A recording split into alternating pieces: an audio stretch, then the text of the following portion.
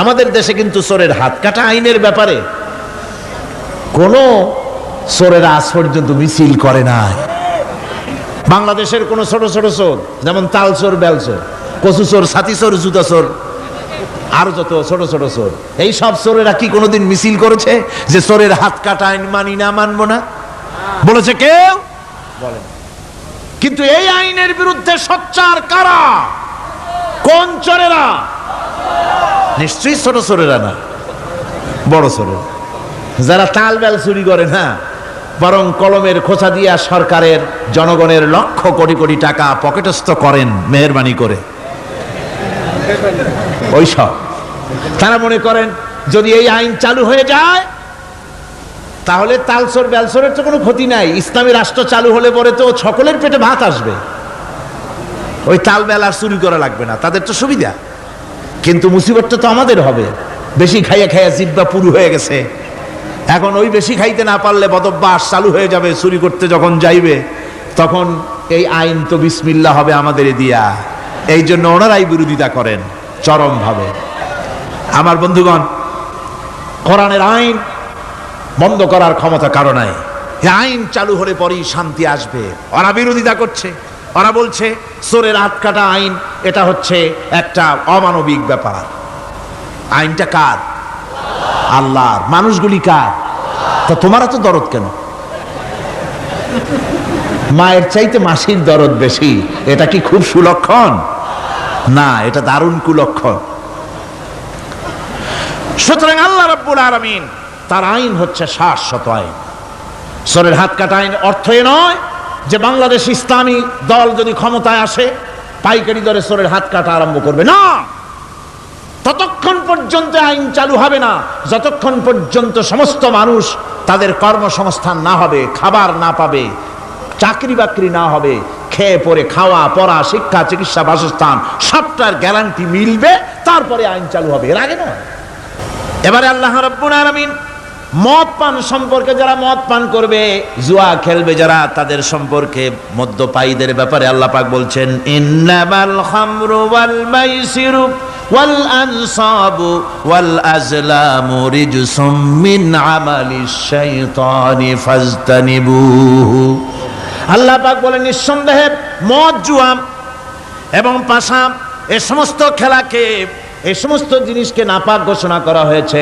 এগুলি সব হতেছে শয়তান কর্তৃক উদ্ভাবিত নোংরা কাজ, এগুলি শয়তানের কাজ। মদ আর জুয়া কার কাজ? জোরে বলেন, কার কাজ? শয়তানের কাজ। সুতরাং ফাজতানিবুহু, এর থেকে তোমরা ফিরে থাকো। আল্লাহ বলছেন মদ এবং জুয়া মানুষকে আল্লাহর জিকির থেকে ফিরায় রাখে। ফাহাল আনতুম মুনতাহুন, এগুলি শোনার পরেও কি তোমরা এর থেকে ফিরে থাকবে না? এবার আল্লাহ রাব্বুল আলামিন ওজনে কম দেওয়া সম্পর্কে বলছেন।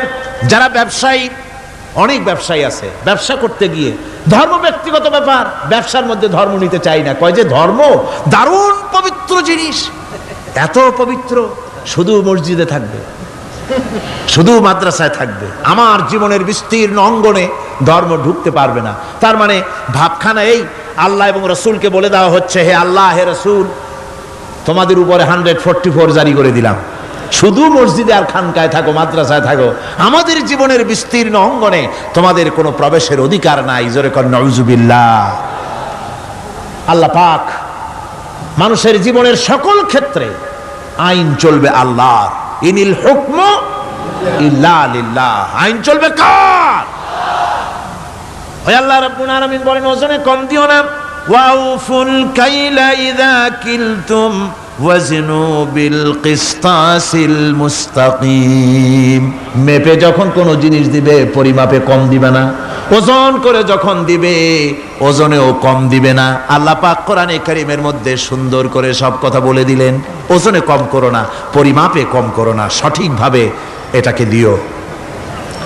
ইয়াতীমের মাল সম্পর্কে কোরআন বলছে, ওয়ালা তাকরাবু মালাল ইয়াতীমি ইল্লা বিল্লাতী হিয়া আহসান, ইয়াতীমের মাল ভক্ষণ করা তো দূরের কথা, এর নিকটবর্তী হয় না। তবে হ্যাঁ, ইয়াতীম বয়সপ্রাপ্ত হওয়া পর্যন্ত যদি আমানত রাখো সেটা ভিন্ন কথা, কিন্তু ইয়াতীমের মালকে ভক্ষণ করো না অবৈধভাবে। ইয়াতীমের মালের সুরক্ষার জন্য আল্লাহ পাক বলে দিলেন, অশ্লীলতা সম্পর্কে আজকে সমাজে অশ্লীলতা চলছে, বেহায়ামি, নগ্নতা চলছে। এ সম্পর্কে আল্লাহ পাক বলছেন, কুল ইন্নামা হাররামা রাব্বিয়াল ফাওয়াহিশা মা যাহারা মিনহা ওয়া মা বাতান। আল্লাহ পাক বলেন, হে নবী আপনি বলে দেন, আমার প্রভু নিঃসন্দেহে প্রকাশ্য এবং অপ্রকাশ্য সব রকমের নির্লজ্জতা এবং পাপাচারকে নিষিদ্ধ ঘোষণা করেছেন, হারাম করে দিয়েছেন। প্রকাশ্য এবং অপ্রকাশ্য সব রকমের পাপাচারকে, নির্লজ্জতাকে আল্লাহ পাক নিষেধ করেছেন। আজকে আমাদের দেশের টেলিভিশনে যে সমস্ত নির্লজ্জ বিজ্ঞাপন দেওয়া হয়, নারীর দেহের যে সৌন্দর্য প্রদর্শনী করা হয়, এ কি কোনো মুসলমান দেশের করা উচিত? কোন মুসলমানদের জন্য এটা কি বৈধ?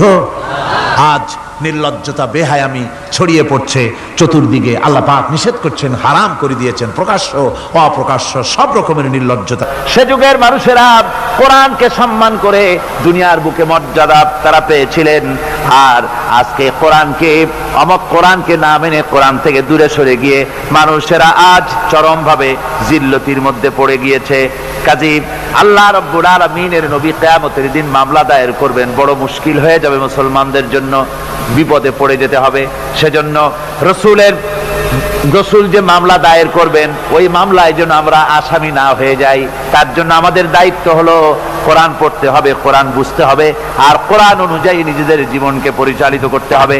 যারা এই কোরআনকে মানবে না, কোরআনের ফয়সালা অনুযায়ী জীবনের ফয়সালা করবে না, তাদের সম্পর্কে আল্লাহ পাক বলেছেন, ওয়ামান লাম ইয়াহকুম বিমা আনজালাল্লাহু ফাউলাইকা হুমুজ জালিমুন। যারা এই কোরআন দিয়ে, এই বিধান দিয়ে বিচার ফয়সালা করে না, তারা জালিম, তারা কাফের, তারা ফাসিক, যারা নাকি কোরআন দিয়ে বিচার ফয়সালা করে না। সুতরাং কোরআনের একটি রাজ কায়েম করার জন্য চেষ্টা করতে হবে, সম্মিলিতভাবে চেষ্টা করতে হবে, যাতে করে সমাজে কোরআনের রাজ কায়েম হয়ে যায়। শুধু তেলাওয়াতের মাধ্যমে নয়, বরং বাস্তবে কোরআনকে জমিনে প্রতিষ্ঠার জন্য সর্বাত্মক প্রচেষ্টা চালাতে হবে মুসলমানদেরকে। আমরা কি সেই প্রচেষ্টা চালাতে রাজি আছি? জোরে বলেন, রাজি আছি? আল্লাহ রাব্বুল আলামিন বলেন, আমি প্রত্যেক নবীর জন্য দুষ্কৃতকারীদেরকে দুশমন বানায় দিয়েছি, অর্থাৎ এই দুশমনি চলতে থাকবে। হঠাৎ করে ফেরেশতারা এসে জমিনে দিন কায়েম করে দিয়ে যাবেন, এজন্য সংগ্রাম করতে হবে, এজন্য কষ্ট করতে হবে। আর আল্লাহ পাক বলেন, নবীকে বলছেন, আপনাকে সাহায্য করার জন্য, সত্য পথ দেখাবার জন্য আর সাহায্য করার জন্য আমি আল্লাহ আপনার জন্য যথেষ্ট। যখন দিন কায়েমের জন্য সংগ্রামে মানুষ লিপ্ত হয়ে যাবে, আল্লাহ পাক বলেন, শত্রুদের হাতে অসহায় করে আমি তোমাদের ছেড়ে দেব না। ওয়া কানা হাক্কান আলাইনা নাসরুল মুমিনিন। মুমিনদের সাহায্য করা আমি আল্লাহর জন্য ওয়াজিব, মুমিনদের জন্য সাহায্য করা আল্লাহর কি হক। আল্লাহ বলেন, আমি মুমিনদেরকে সাহায্য করব, ভয় পাইও না। ওয়ালা তাহিনু ওয়ালা তাহজানু ওয়া আনতুমুল আলাউনা ইন কুনতুম মুমিনিন। কোনো ভয় নাই, কোনো চিন্তা নাই, যদি মুমিন হও আমি আল্লাহ তোমাদেরকে বিজয়ী করব। মুমিন হওয়া লাগবে, আর যদি মুমিন না হও তাহলে বার্মার মতো কাফেরের দেশ ভয় দেখাবে, ভয়ের চোটে চিত হয়ে পড়বা। বুঝলেন? ঈমান যদি থাকে, ঈমানের মজবুতি যদি থাকে, তাহলে মুসলমান লড়াই করে এসেছে, ইতিহাস দেখিয়ে এসেছে।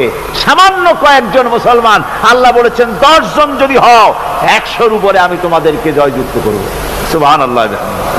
মুত্তাকি হতে হবে, সাবের হতে হবে। মুসলমান হলে তার তো ভয়ের কিছু নাই, সে লড়াই করে অস্ত্রের জোরে নয়, জনবলের সৈন্যদের শক্তির জোরে নয়, সে লড়াই করে আল্লাহ রহমতের উপরে ভরসা করে, ইমানের জোরে। কিসের জোরে? ইমানের জোরে। এই জন্য মুসলমানদের সাথে যারাই লড়াই করতে এসছে, মায়ের খাইয়া পলাইয়া কুল পায় নাই, মহাবীর দুর্বল সিংহের মতো পলাইছে। তাদের তার কারণ কি? যে ওদের চিন্তা হলো যে যদি মরি তো জাহান্নাম ছাড়া পথ নাই। আর মুসলমান সে মনে করছে যদি বাঁচি তো গাজী, আর যদি মরি শহীদ হয়ে যাবো, জান্নাতে চলে যাবো। কোথায় চলে যাব? জান্নাতে চলে যাব। আমার ভাইয়েরা, এজন্য আমরা সেই জাতি, প্রান্তর তো প্রান্তর। শ্রাবণের খরস্রোতা উত্তাল তরঙ্গমালা নদীর উপর থেকে ঘোড়া দাবড়িয়ে আমি নদীর অপর পারে ইসলামের পতাকা উড্ডীন করেছি, আমি সেই মুসলমান। সুতরাং আল্লাহ রাব্বুল আলামিন বলেন, ইয়া আইয়ুহাল্লাযীনা আমানু ইন তানসুরুল্লাহা ইয়ানসুরকুম। ও বিশ্বাসীরা, তোমরা যদি আল্লাহর মদদ করো, আল্লাহ তোমাদের মদদ করবেন। তোমরা আল্লাহর সাহায্য করো, আল্লাহ তোমাদের সাহায্য করবে। আল্লাহর কি সাহায্য করবেন আপনারা? আল্লাহর দান কম হয়েছে না চাউল কম হয়েছে? কি সাহায্য করবেন? আল্লাহর সাহায্য মানে ইসলামের সাহায্য। আপনি যদি ইসলামের সাহায্য করেন, আল্লাহ রাব্বুল আলামিন আপনাকে সাহায্য করবেন। আর সাহায্য এমন ভাবে করবেন, ইতিহাসে বহু কথা আছে, আমি সংক্ষেপ করে দিচ্ছি। বদরের প্রান্তরে মাত্র কয়জন মুসলমান, আল্লাহ পাক তাদেরকে কিভাবে জিতালেন। আল্লাহ পাকের ওই কবি বলতেছেন, ফেজায়ে বদরে পয়দা কুন ফেরেশতে তেরি নুসরত কো उतर सकते गर्दों से कतर अंदर कतर अभी। বদরের প্রান্তরে মুসলমানদের ঈমান ছিল, ওই ঈমান যদি তোমরা আনতে পারো, তাহলে আমি আল্লাহ রাব্বুল আলামিন কাতারে কাতারে ফেরেশতা তোমাদের জন্য অবতীর্ণ করে দিতে পারি। জোরে কোন সুবহানাল্লাহ। وقال الذين كفروا لولا نزل عليه القرآن جملة واحدة كذلك لنثبت به فؤادك ورتلناه ترتيلا। আল্লাহ পাক কোরআন শরীফের মধ্যে বলেছেন, একজন যদি হও ইমানদার মুত্তাকি 10 জনের উপরে বিজয়ী হবে, 10 জন যদি হও 100-এর উপরে বিজয়ী হবে, 100 যদি হও 1000-এর উপরে বিজয়ী করব। জোরে বলেন সুবহানাল্লাহ। কবি বলতেছেন, ফিজায়ে বদরে পয়দা কুন ফেরেশতে তেরি নুসরত কো উতার सकते गर्दों से कतर अंदर कतर अभी। বদরের মুসলমানদের মতো ঈমান আনো, তাহলে আকাশ থেকে কাতারে কাতারে ফেরেশতা নাজিল করে দিয়ে আল্লাহ পাক তোমাদেরকে সাহায্য করবেন। সুবহানাল্লাহ। সে আল্লাহ আছে না নাই? জোরে বলেন, আছে না নাই?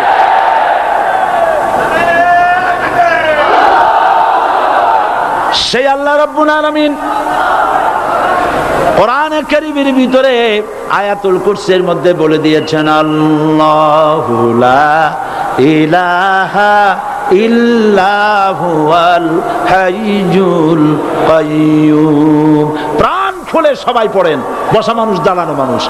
আল্লাহু লা ইলাহা ইল্লাহুল হাইয়ুল কাইয়্যুম। আল্লাহ রাব্বুল আলামিন, তিনি ছাড়া কোনো ইলাহ নাই, তিনি সার্বভৌমত্বের মালিক কেউ নাই আল্লাহ ছাড়া। এই কথা মানুষকে ঘোষণা করতে হবে, ঘাবড়াবার কারণ নাই। এর অর্থ এই নাই যে আপনারা কালেমার দাওয়াত দিবেন আর রাষ্ট্রশক্তি আপনারে পিটাইতেই থাকবে, আপনার কোনদিন আপনার সুদিন ফিরে আসবে না। বিষয়টা কি এমন না?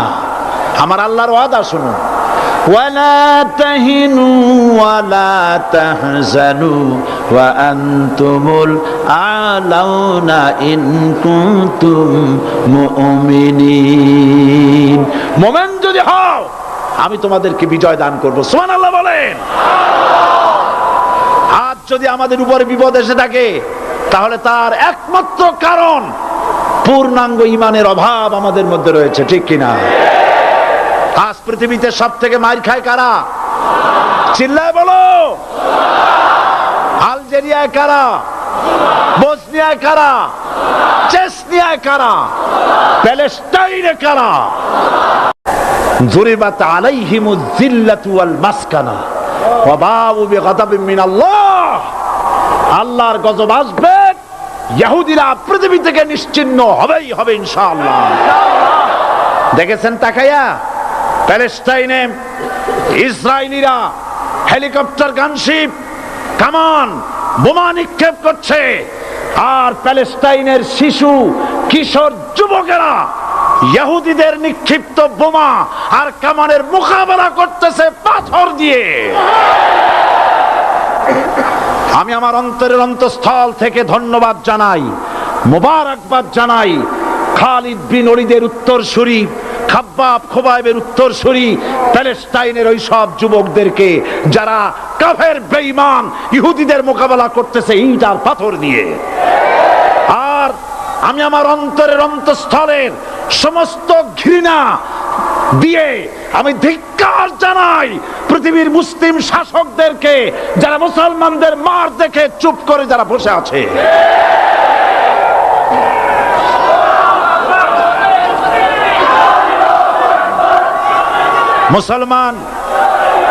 মুসলমান যদি মুসলমানের মতো হয় 10 জন যথেষ্ট। কয়জন যথেষ্ট? কোথায় আছে কথা? আল্লাহ পাক কোরআন শরীফের মধ্যে বলেছেন, একজন যদি হও ইমানদার মুত্তাকি 10 জনের উপরে বিজয়ী হবে। 10 জন যদি হও 100-র উপরে বিজয়ী হবে। 100 যদি হও 1000-এর উপরে বিজয়ী করবো। জোরে বলেন সুবহানাল্লাহ। কবি বলতেছেন, ফিজায়ে বদরে পয়দা কুন ফেরেশতে তেরি নুসরত কো উতার सकते गर्दों से कतर अंदर कतर अभी। বদরের মুসলমানদের মতো ঈমান আনো, তাহলে আকাশ থেকে কাতারে কাতারে ফেরেশতা নাজিল করে দিয়ে আল্লাহ পাক তোমাদেরকে সাহায্য করবেন। সুবহানাল্লাহ। সে আল্লাহ আছে না নাই? জোরে বলেন আছে না নাই?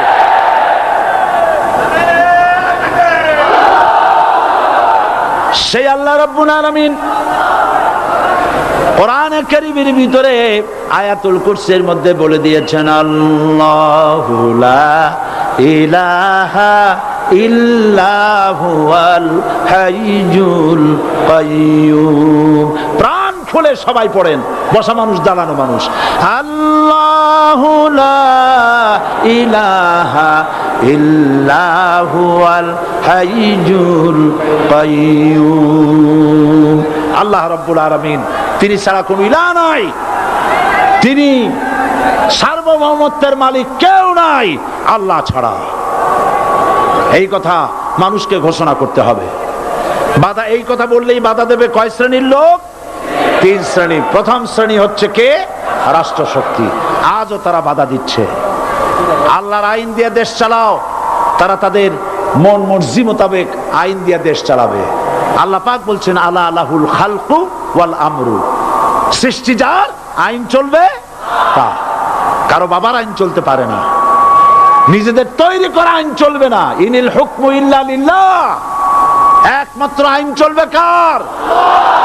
এই আইন রাসূল করিম সাল্লাল্লাহু আলাইহি ওয়াসাল্লাম মদিনায় কোরআন দিয়ে প্রতিষ্ঠিত করেছিলেন। আল্লাহর বিধান, আল্লাহর সার্বভৌমত্ব কায়েম করেছিলেন। কোরআন সংবিধান হলো, চুরি বন্ধ হলো, ডাকাতি বন্ধ হলো, জেনা বন্ধ হলো, হত্যা বন্ধ হলো, ধর্ষণ বন্ধ হলো, সব কিছু বন্ধ হয়ে গিয়ে মুসলমানেরা শান্তি লাভ করলো, পৃথিবীর মানুষ শান্তি লাভ করলো। সুবহানাল্লাহ বিহামদিহি। আজ মুসলমানেরা শত্রু চেনে না, বন্ধু চেনে না। বন্ধুকে বানায়েছে শত্রু, শত্রুকে বানায়েছে বন্ধু। কে বন্ধু কে শত্রু চিনাই দিবেন কে? আল্লাহ। বলেন কে দিবেন? আল্লাহ রাব্বুল আলামিন কোরআনে কারীমের মধ্যে পরিষ্কার করে বলেছেন, লাতাজিদান্না আশাদ্দান নাসি আদাওয়াতান লিল্লাযীনা আমানুল ইয়াহুদা ওয়াল্লাযীনা আশরাকু। আল্লাহ পাক বলছেন, হে রাসূল, মানুষের ভিতরে 2টা শ্রেণী মুমিনদের জন্য সবথেকে জঘন্য দুশমন। কয়টা শ্রেণী?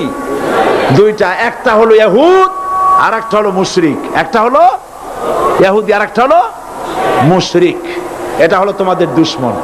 আর আজ আমাদের দেশে, পৃথিবীর বিভিন্ন দেশে মুসলমানেরা মুশরিকদের সঙ্গে সম্প্রীতি বাড়াচ্ছে, মুসলমানদের সাথে শত্রুতা বাড়াচ্ছে। তো দুনিয়ার ময়দানে আপনি যা কামাই করবেন, এখানে রেজাল্ট আউট হবে, এখানে আপনি পাবেন ফল, এখানে পাবেন। যা করবেন, এখানে গাছ লাগাবেন, ফল লাগাবেন, এখানে পাবেন। আর আল্লাহর জন্য যেটা করবেন, সেটার ফল, সেটার রেজাল্ট কিয়ামতে বাইর হবে। সুবহানাল্লাহ। এখানে পরীক্ষা দিয়ে যদি কেউ ফেল করে, ম্যাট্রিক পরীক্ষা দিয়ে ফেল করেছে, ফাজেল পরীক্ষা দিয়ে ফেল করেছে, আবার পরীক্ষা দিয়ে পাস করার সুযোগ আছে। আবারও ফেল করেছে, আবারও পরীক্ষা দিয়ে পাস করার সুযোগ আছে। 10 বার যদি ফেল করে আরো 10 বার পরীক্ষা দিয়ে পাস করার সুযোগ আছে। কিন্তু কিয়ামতের দিন আল্লাহ রাব্বুল আলামিনের জীবনের পরীক্ষায় কোনো মানুষ যদি আল্লাহর আদালতে ফেল করে বসে একবার, দ্বিতীয়বার পরীক্ষা দেওয়ার আর কোনো সুযোগ নাই। এই পৃথিবীতে যদি কেউ নিম্ন আদালতে মামলায় হেরে যায়, জজ কোর্টে করবে, যদি হেরে যায় হাইকোর্টে করবে, হেরে গেলে আপিল করবে সুপ্রিম কোর্টে, সুপ্রিম কোর্টেও যদি হেরে যায় তাহলে প্রেসিডেন্টের কাছে আপিল করবে। সুযোগ আছে কয়েকবার। কিন্তু কিয়ামতের দিন জীবনের আদালতে কোনো মানুষ যদি একবার ফেল করে বসে, জীবনের মামলায় যদি একবার হেরে যায়, দ্বিতীয়বার আপিল করার আর কোনো জায়গা নাই। সে আখিরাতে রেজাল্ট আউট হবে। আমরা সব মরে যাব, আমরা সব কি হব? সব মরে যাব। আল্লাহ পাক আমাদেরকে উঠাবেন আবার। মানুষকে কবরে রাখার সময় আমরা কি বলি? মিনহা খালাকনাকুম, জানেন না? পড়েন, মিনহা খালাকনাকুম ওয়া ফিহা নুঈদুকুম ওয়া মিনহা নুখরিজুকুম তারাতান উখরা। এই মাটি দিয়ে তোমাকে তৈরি করা হয়েছিল, এই মাটির মধ্যে রেখে গেলাম, এর থেকে আবার তোমাকে উত্থিত করা হবে। কে বলতেছেন এ কথা? আল্লাহ পাক বলছেন, আল্লাহ তাআলা বলছেন। কি নিষ্ঠুর এই পৃথিবী! ভেবে দেখেছেন কি একবারও কি ভেবে দেখেছেন এই পৃথিবী কত নিষ্ঠুর? এই সন্তান সন্ততি সব একটি মোহ, একটি মায়া, একটি মহব্বত, একটি প্রতারণা। যে বইয়ের জন্য হারাম ইনকাম করেছেন, যে সন্তানদের জন্য হারাম ইনকাম করেছেন, জান দিলেন, রক্ত দিলেন, জীবন দিলেন, সারা রাত কষ্ট করেছেন, দৌড়দৌড়ি করেছেন, যখন মরে গেলেন, যে বাচ্চাটা আপনি করে না নিলে কলিজা ঠান্ডা হয় না, সেই বাচ্চা বলবে, মাকে বলবে, মা বাপের লাশ যে রুমে আছে আমার সেখানে নিও না, আমার ভয় করে। ঠিক কিনা?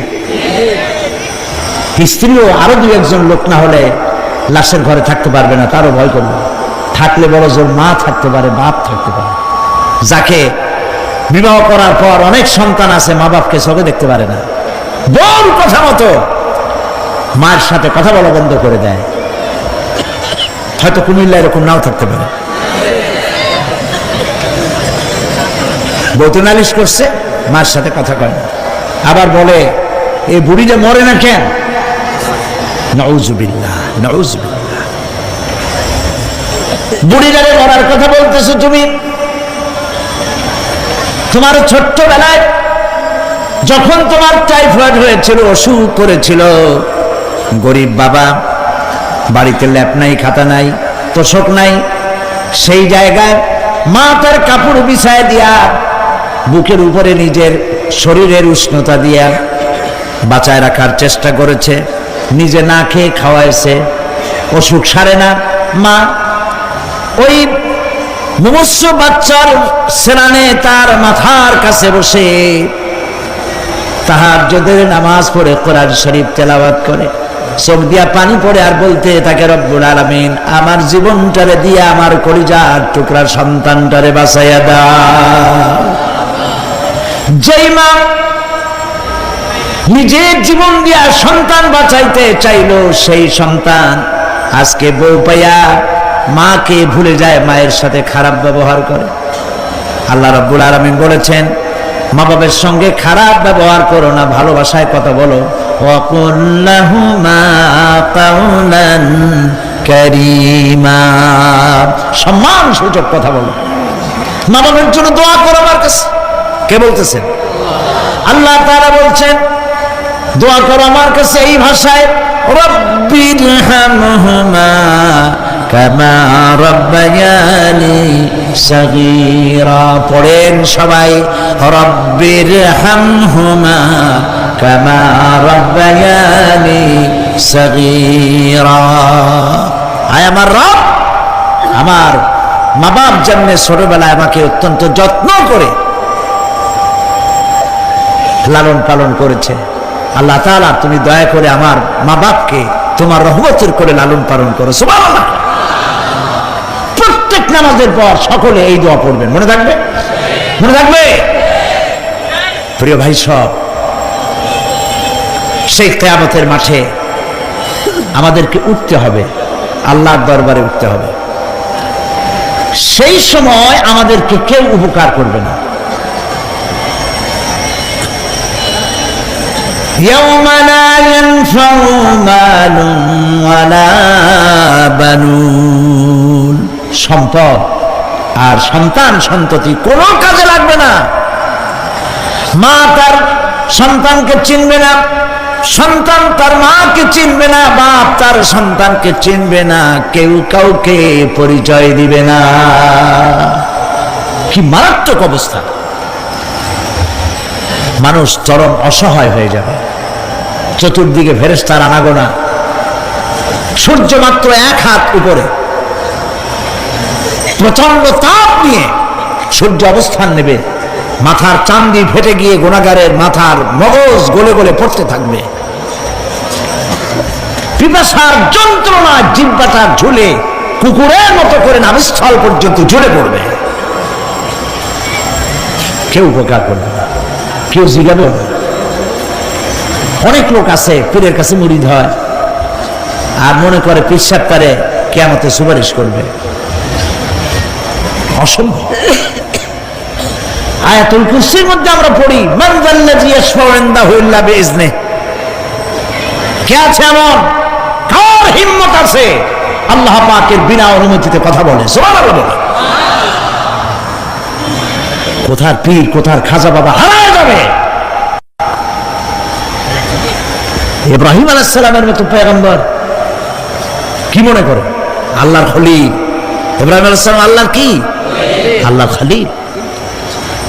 আল্লাহর খলিল কিয়ামতের দিন বলবেন, আল্লাহ পাক, আয় আল্লাহ তাআলা, আমার বাপের কাছে আমার একটা ওয়াদা ছিল, আমি সুপারিশ করবো তার জন্য, তুমি দয়া করে আমার বাপকে জাহান্নাম থেকে ক্ষমা করো, আমি তার জন্য সুপারিশ করতেছি। আল্লাহ তাআলা বলবেন, ইব্রাহিম, তোমার সুপারিশ মঞ্জুর হলো না। কথা বুঝতেছেন না? বুঝতেছেন না? ইব্রাহিম আলাইহিস সালাম যদি বাপের জন্য সুপারিশ করতে না পারে, ইব্রাহিম আলাইহিস সালাম তিনি যদি তার বাপের জন্য সুপারিশ করে যদি ব্যর্থ হন, আপনার পিসাব কোন কামে লাগবে চিন্তা করেন। নবী করিম সাল্লাল্লাহু আলাইহি ওয়াসাল্লামকে প্রশ্ন করা হয়েছে, হে রাসূল, আপনার আব্বা আম্মার অবস্থা কি হবে? কথা কি শোনেন নাকি? আপনার আব্বা আম্মার অবস্থা কি হবে? নবী করিম সাল্লাল্লাহু আলাইহি ওয়াসাল্লাম বলেছেন, আমি আমার আব্বা আম্মার কোনো উপকারে আসব না। ইন্না লিল্লাহি ওয়া ইন্না ইলাইহি রাজিউন। তাহলে কোন সাহসে মনে করতেছেন কোন পীর কোন একটা বিদেশ থেকে দেশের থেকে একটা নাজিল হলো আর ওইটার পিছনে পিছনে দৌড়াবেন, সে আপনারা নাজাত দেবে, তারে পায়ে চুমা খাবেন? এই পায়ে হাত দিয়ে কদম বুঝি করা বাদ দেন।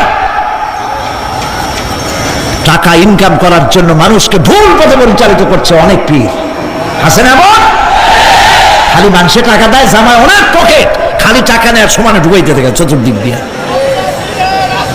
বাইরে বোঝার উপায় নাই, কিন্তু অনেক পীর আছে এমন, ঢাকা শহরে বড় বড় মার্কেটের মালিক, আমি জানি, বড় বড় মার্কেটের মালিক, বিরাট ব্যবসায়ী, জামা পরিষ্কার করে না 2 মাসেও। মানুষকে দেখাবার জন্য গামছাটা নাকের কাছে ধরে ফট ফট করে আওয়াজ করে, মনে হয় যেন কাঁদতেছে। আজ মিশিয়াল প্রচন্ড হাবিজাবি জিকির শিখায়, লা ইলাহা কতক্ষণ, ইল্লাল্লাহ কতক্ষণ, আল্লাহ আল্লাহ কতক্ষণ। কোথায় পাইছো ইল্লাল্লাহ? ইল্লাল্লাহ কিসের জিকির? ইল্লাল্লাহ মানে কি? আল্লাহ ছাড়া, আল্লাহ ছাড়া, আল্লাহ ছাড়া, আল্লাহ ছাড়া কি? কাজী রাসূলুল্লাহ যা করেন এগুলি বেদাত। এই সব পীরের পাশে যাবেন না, মনে থাকবে।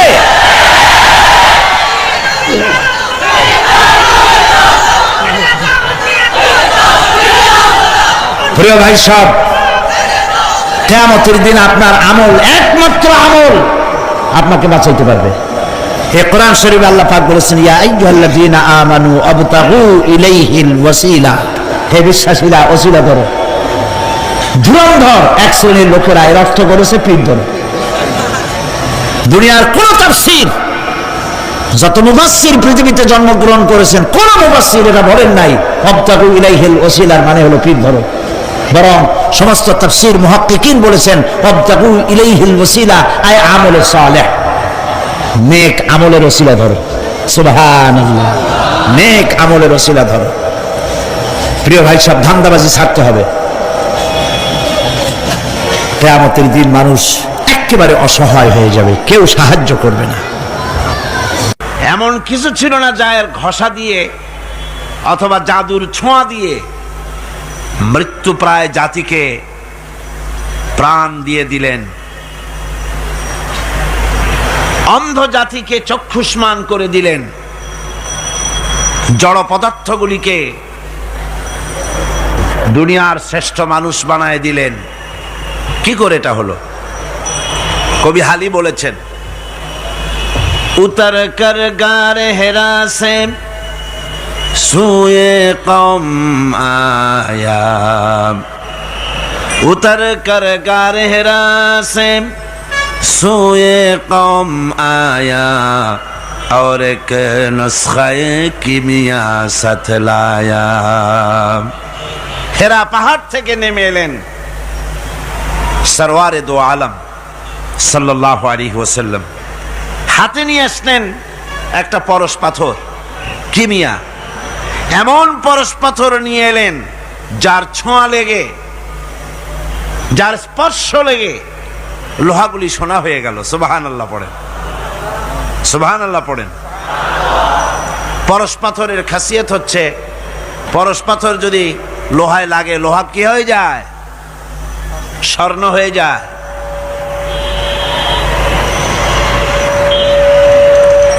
কত বড় জাহিল হলে পরে আল্লাহ নবী হত্যা করতে আসতে পারে। হযরত ওমর এলেন নবীকে হত্যা করার জন্য।